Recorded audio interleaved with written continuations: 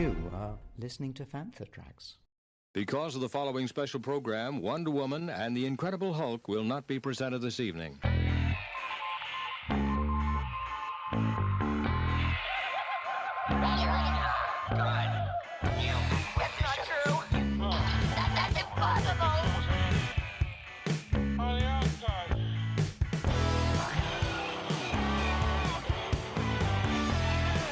It's time to get all your Star Wars news in a single file. This is Making Tracks. Here are your hosts, Mark Newbold and Mark Mulcaster.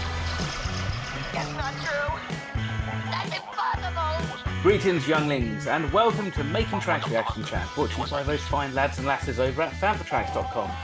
Ahsoka Part 4 dropped earlier this week, and as this week is called Fallen Jedi, we've got lots to discuss because there's 1, 2, maybe 3 or 4 Fallen Jedi that we can talk about. As with every single episode of Reaction Chat, this is your spoiler warning. So if you haven't seen Ahsoka Part 4 yet, why the hell are you listening to this podcast? Now you have been warned, so you can't blame us if we spoil anything. So if you remember, in last week's episode, Hera was told by the New Republic Council that she couldn't get support and help Ahsoka and Sabine on their quest. Ahsoka and Sabine head off to Cetos to track down Morgan Elsbeth and find out what exactly the Eye of Sion is. And as they find out, it is basically a giant hyper ring. That leads them to assume that they are going to jump to the other galaxy to rescue Thrawn, and this opens up a whole load of possibilities for Sabine to rescue Ezra Bridger. But now, with Elsbeth and Balin Skull and Shin Hati in possession of the map, this leaves a big question hanging over Ahsoka as to what to do. Try and rescue the map or use it and rescue Ezra. So, joining me this week, as always, is a man on a mission. It's Mr. Mark Newbold. So, Marky boy, Part 4 of Ahsoka, Fallen Jedi. What's your thoughts? Loads to unpack. I love the little faux pas that you made by calling her Shin Hati, by the way. I really enjoyed it, and I don't think many people would disagree. The strongest episode of the season so far. We're only 4 episodes in, so not a huge amount to compare it to, but for what it was, very engaging and lots to think about. Yeah, I really enjoyed it. I thought the performances felt great. The visuals looked great. The music, as always, was on point.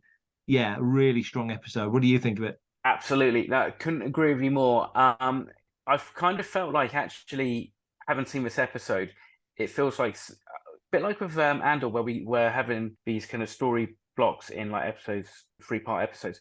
This feels like everything so far has been in the 2-part. So like you've had part 1 and 2, which felt like almost like one episode, and then now we've had parts 3 and 4, which feels like another episode, like another chapter. And I think that's possibly one reason why I was not negative, because I enjoyed every single aspect of last week's episode, although I just felt like it just kind of ended slightly abruptly, almost as if they had decided, you know what, this is going to be in one part and this is going to be another part. I'm sure it was actually a lot more kind of thought out than that, but that's how it felt to me.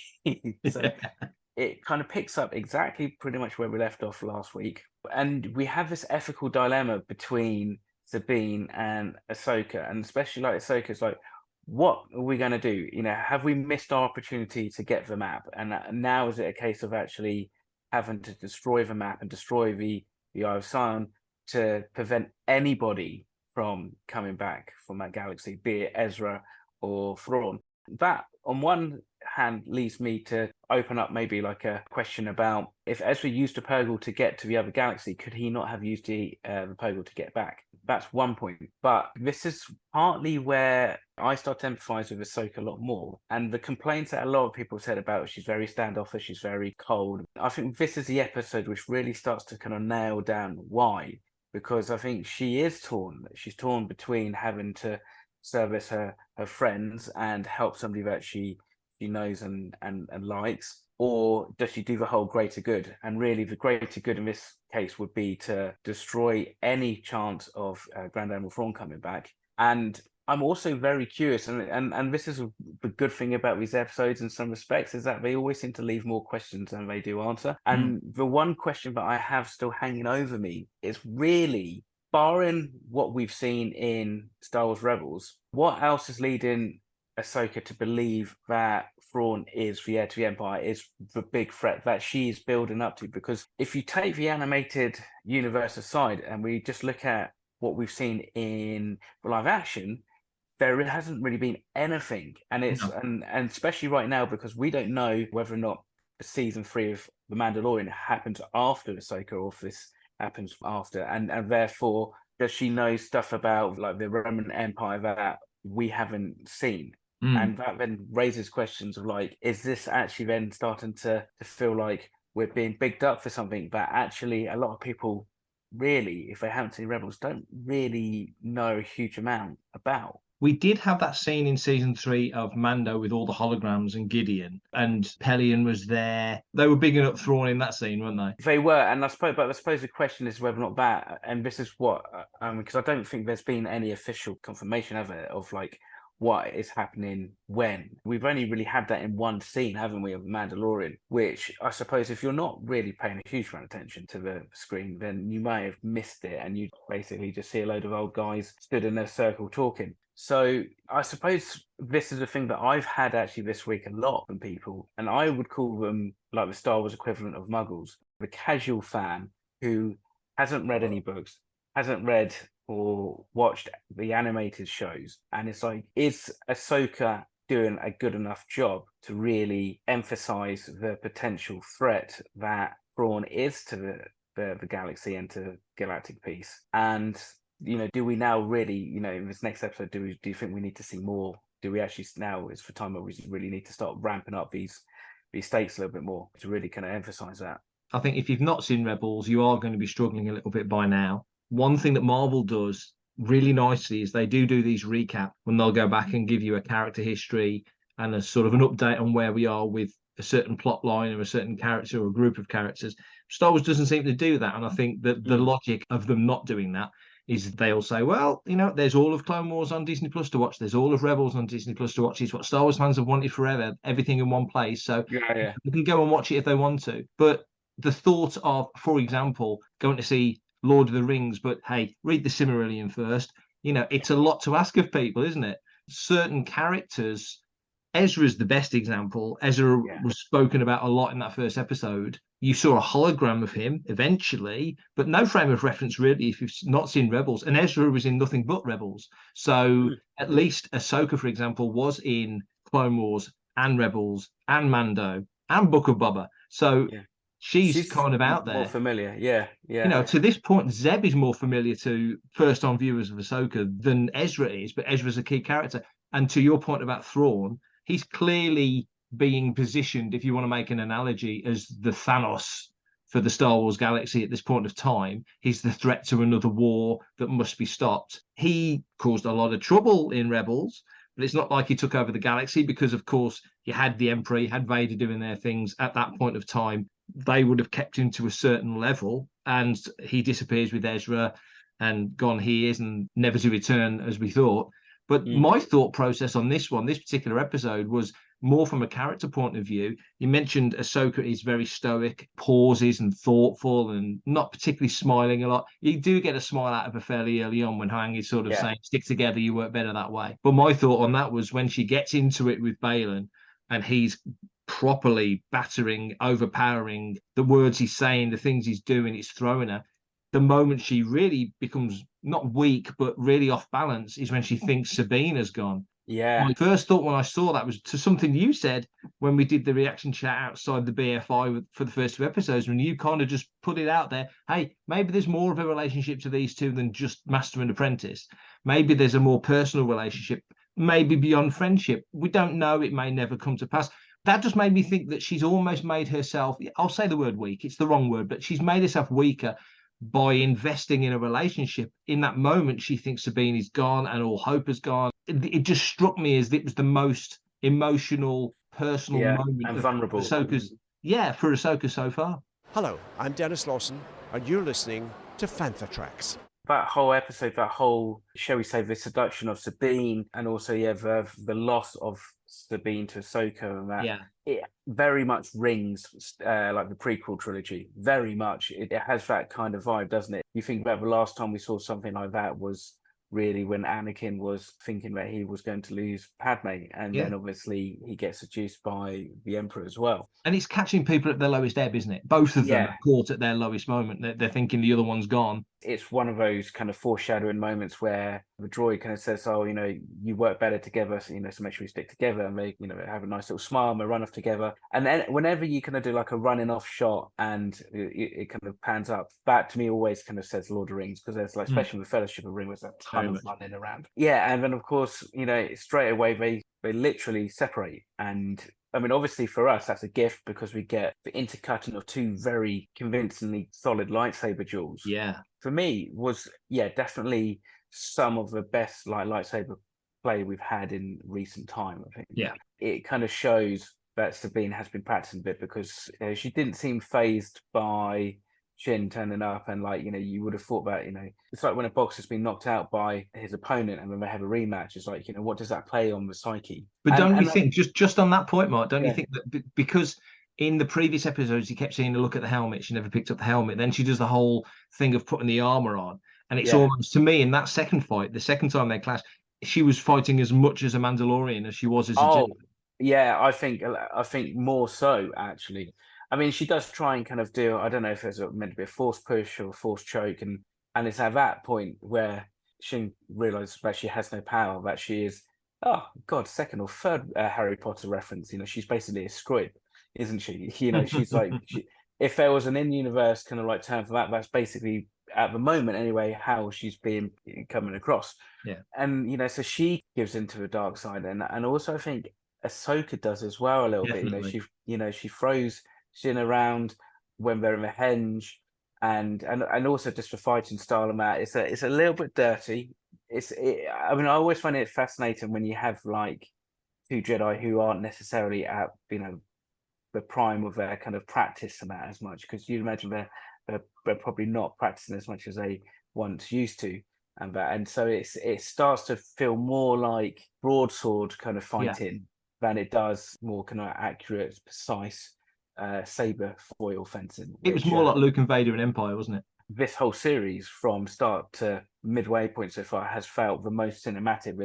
There's just these moments and these shots in every single episode. It doesn't matter if it's in space flight or on the ground. There's just these moments where it's just like, this almost feels like somebody is playing around with like storyboarding a feature film, because every now and again there's these really cinematic shots which just kind of elevates the whole show.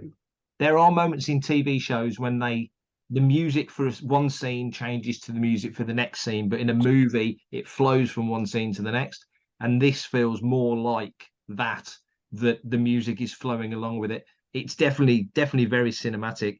Just on that lightsaber fight, like you say, Ahsoka is under pressure. It feels like an easy thing to do, especially given who we see in literally the final shot of the show. That it's easy when you're scared to slip into a moment of fear, anger, that whole line, because when Balin is going at it and really overpowering her, he's a big guy, but all things being equal with the Force, that shouldn't be a physical advantage, like that shouldn't be an advantage in a fight. Ahsoka should be his equal in the Force, at least. But it just feels like she was really on the back foot. When she thinks Sabine has gone, she resorts to that tactic, if you want to call it that. It's quite shocking to see it, but it weakens her in all sorts of ways. Hera has a fantastic scene where she's kind of had it. Screw it, I'm going. If you want to come with me, come with me. Off she goes in the Ghost. Great to see the Ghost with Jason at her side. And then we get fantastic scene with our friend from the Mandalorian turning up. Just awesome to see those guys joining them as they head towards the Eye of Sion. That whole sequence, I didn't expect to get a cool space action scene like that in the midst of an episode like this. I was like, are they gonna try and take it down of that? As we've seen in a lot of live action, they seem to kind of put in a couple of cameos in the older X-Wing cockpits, and it was Brandon Wayne was one of them, and that, which was kind of nice to see the Mandalorian without his helmet on. Yes. Which is very nice and fun. But again, it's like it follows on from last week's episode.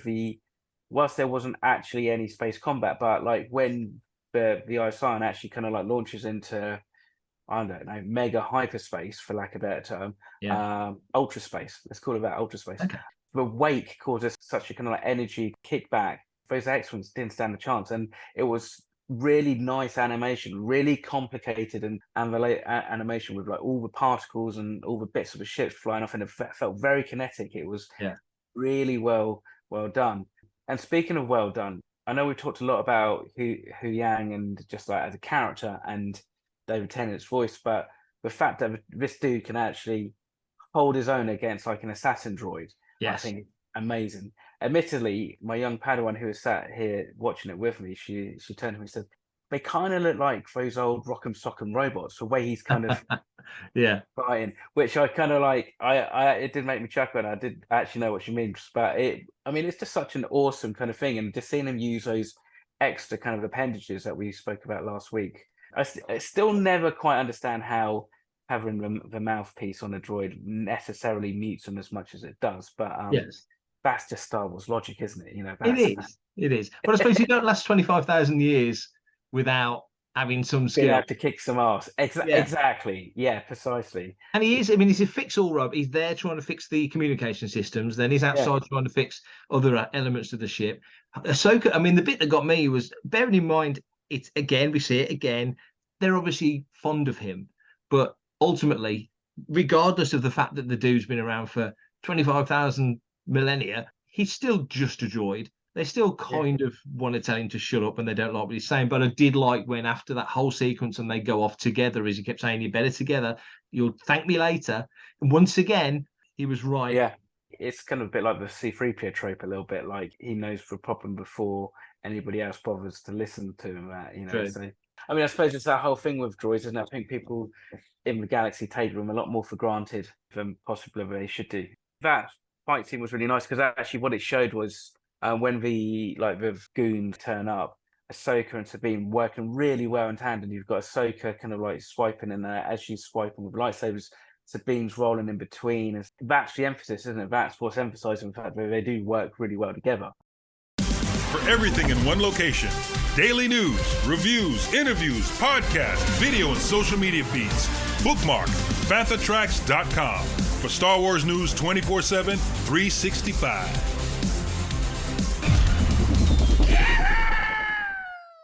A minor criticism about Mary Elizabeth Winstead's portrayal of Hera. I actually quite like her as Hera, and I've brought into her as that character. The one thing that I don't buy into is that she's a pilot, because she doesn't seem to do much behind the sticks. You remember, like Harrison Ford always used to say, like you've got to make it look like you're pressing buttons and stuff, and you're really flying the ship. He kind of doesn't do a lot with it, and I think actually it's made for a couple of those cockpit scenes a little bit. They suffer a little bit from it. Like you kind of think you come out of hyperspace, you're gonna probably want to do a little bit more, but she kind of like just kind of comes out of hyperspace and she's like meanders along with that, and it's just a minor thing. Like it's a good point though, because I think in Rebels when you saw Hera in the cockpit, she had that look on her face because she flew that ship like most people fly a fighter. So she was kind of, when you're driving uphill and you're leaning forward in your seat trying to get the car to go faster, that was always, to me, felt like Hera was always forward in a seat, pushing. So I don't think they've quite conveyed that. So I don't think it's a good observation, actually. I think you're quite right on that. Marok. It's just Marok. Was that really that big a surprise? I think we've got an Agent Smith from the Matrix situation here. He'll crop up again. I don't think Shin realises that, but I think as a viewer, I'd be surprised if we didn't see him again. And the way that Ahsoka took him out was very Ben taking out Maul in Rebels. Yeah. So there was I thought it was a nice touch there. It didn't bother me that he's gone because bigger fish to fry and such. But the fact that he wasn't someone, yes, I could hear 1,000 voices scream out in fandom anguish that it wasn't Starkiller or whoever. He was literally just a fart in the wind. And the fact that it was the green gas that came out, it's Night Sister magic, isn't it? It is, magic with a K. Yeah. Because it's like when he dies, he has this kind of like long kind of death wail, and you kind of think, well, I wonder if this is like a reanimation of a fallen Inquisitor. I don't think they've really explored fully like the extent of like what the Night Sister's kind of magic is and what it can do. like they resurrected a load of them, I think, in an episode of Clone Wars or something, or it might have been Rebels actually, because I think Sabine gets possessed by one, doesn't she? Gets possessed by Mother Talzin, I think, at one point. Yeah. It's a little bit random because it hasn't really up to this point been explained at all. I mean, but then I think like maybe this is something that Elspeth Morgan's kind of created, and the other two are just kind of going along with it because obviously it's an extra person, an extra pair of hands, and an extra lightsaber that they can use should they need it. One thing in the first episode that Balin says when he breaks out Morgan Elspeth from the Republic prison is, you know, I'm being well paid for this. He kind of says that he all but says that they're mercenaries. That you assume that Balin and Morgan have got a history, but he does refer to witchcraft and magic and all that sort of stuff. So I don't know what you'd want to call him. I mean, the episode's called Fallen Jedi, so, and like you say, it could refer to a few characters in the episode, but let's say it's referring to Balin. He will have far more reticence about a situation like that, about somebody like Morgan Elspeth and the magic that she uses, than if she were a Jedi. But by the same token, when he faces up with Ahsoka, he knows who Ahsoka is. He also knows who Anakin is. And you've seen Morgan says it, you know, fear. No, you know, he's just being cautious. He's got experience. He's got history with these people. So he kind of knows more probably what he'll face if he faces a Jedi, clearly, because he was one. But facing somebody with witchcraft, he's probably more wary of her, but he clearly knows who Anakin became. It's very hard to pin down like how well known that is, but then potentially if he's kind of moving in those circles, but one thing that like he does and he seems to have a skill for is he's able to read minds at kind of like a bit of a distance, because he reads like a Sabine's from halfway across the other side of a henge. Yeah. So I mean, he only necessarily needs to maybe be in the presence of Vader to find out who it is, or he could have run into Ahsoka previously, or Kenobi. I mean, but this is the thing, isn't it? Like, you know, we have no idea his backstory really. He's kind of just been dropped into this series, and it's kind of a blank canvas. And I'm just starting to like, he's talking about power.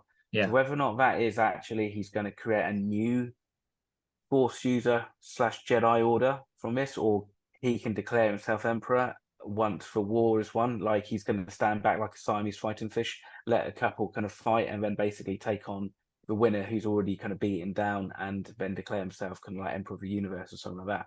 I kind of get that might be the thing, or he's going to be able to utilize something from the other galaxy, but it's going to just kind of make him omniscient or something. But he clearly is not really interested in the affairs of like the lesser beings, like you know, the rebels, you know, the Imperial remnants and stuff. So he's a really fascinating character, and obviously, like I think we've said this like every time that like we've had a reaction chat, it's very bittersweet because like he is the most interesting character we've had on screen at all in this live action series, maybe with the exception of a couple of characters from Andor, but definitely more in the Mandoverse. He feels like he's got so much more kind of depth to him, and obviously Ray Stevenson's got the gravitas as well. But you kind of go, oh man, this is such a shame that in this guise, whether or not the character continues after this season, I don't know.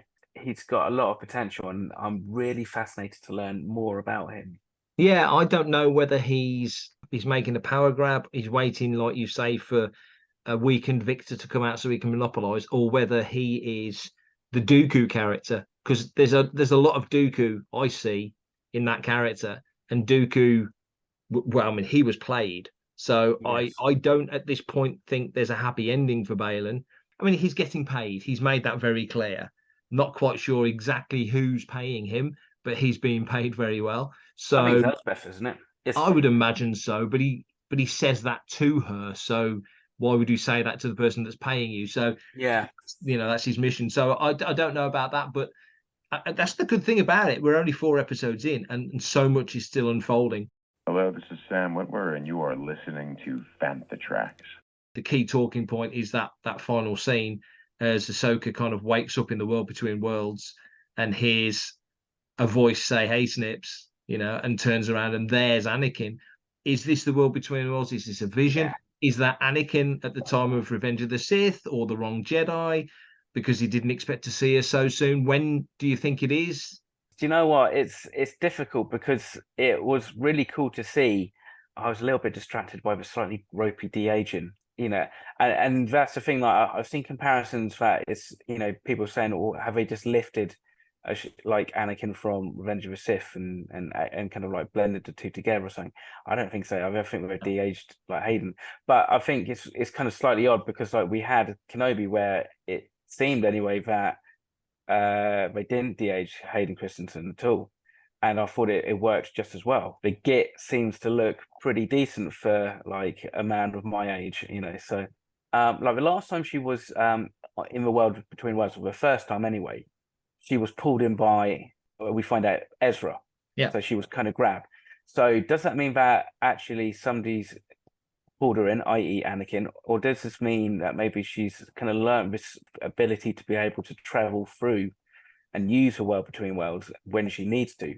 Or like you said, maybe it's just an unconscious, subconscious kind of dream, which it could be, depending on how the conversation goes next week.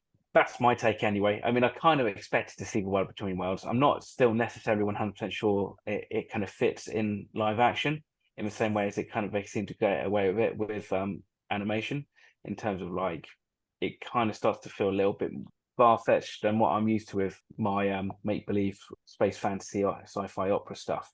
So, but it's cool to see, and I mean, I think we're all expecting to see Hayden. It's just more of a case of how and when. And so far, it's nice that they haven't actually had to rely on a flashback and get a bit tired of them having to always use flashbacks to explain story in these live-action shows.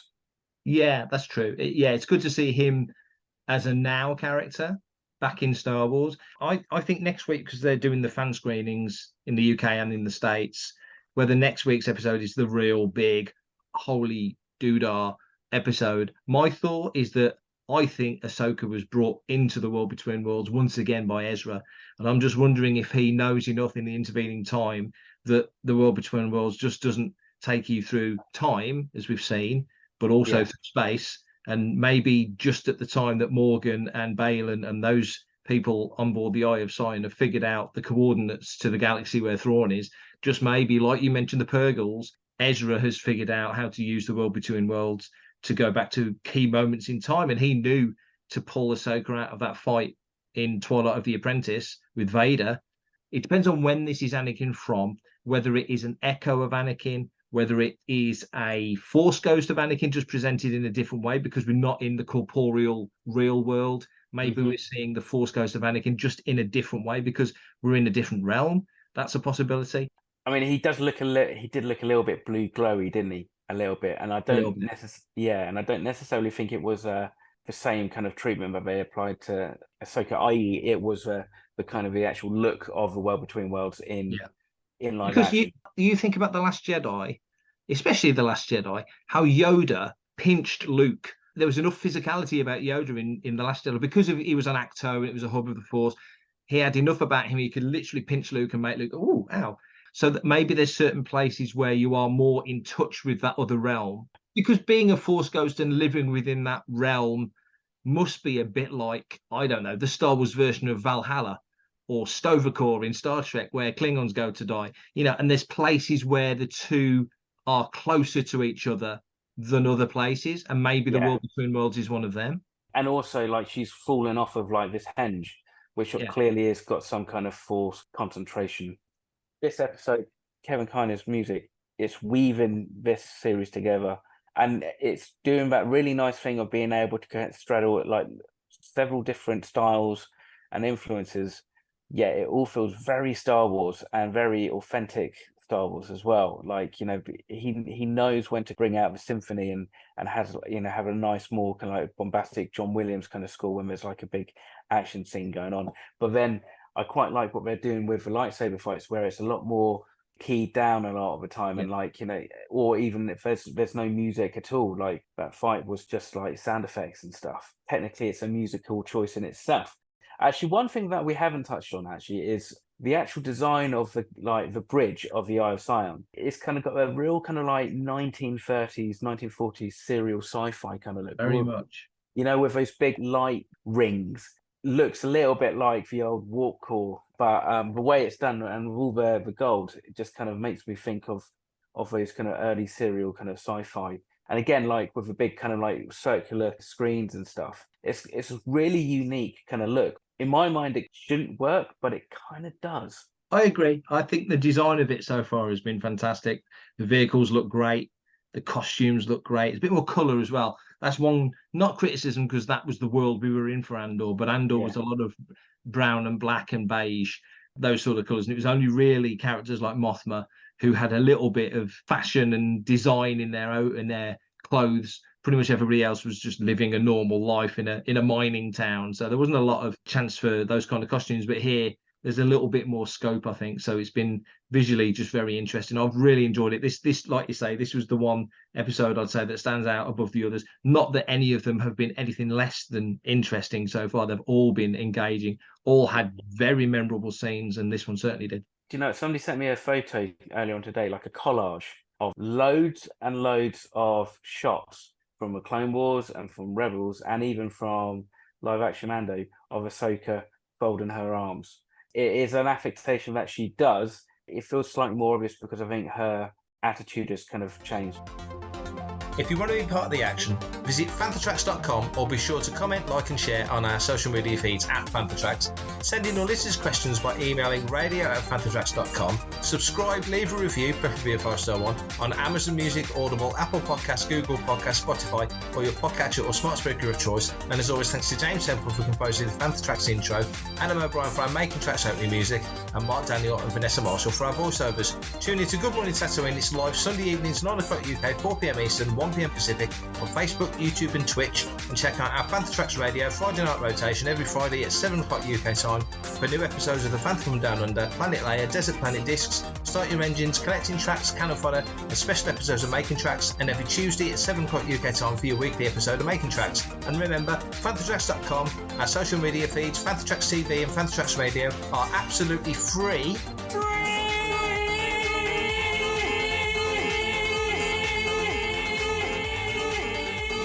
So no Patreon, Buy Me a Coffee, Kickstarter or Indiegogo required to stay updated on all the latest Star Wars news.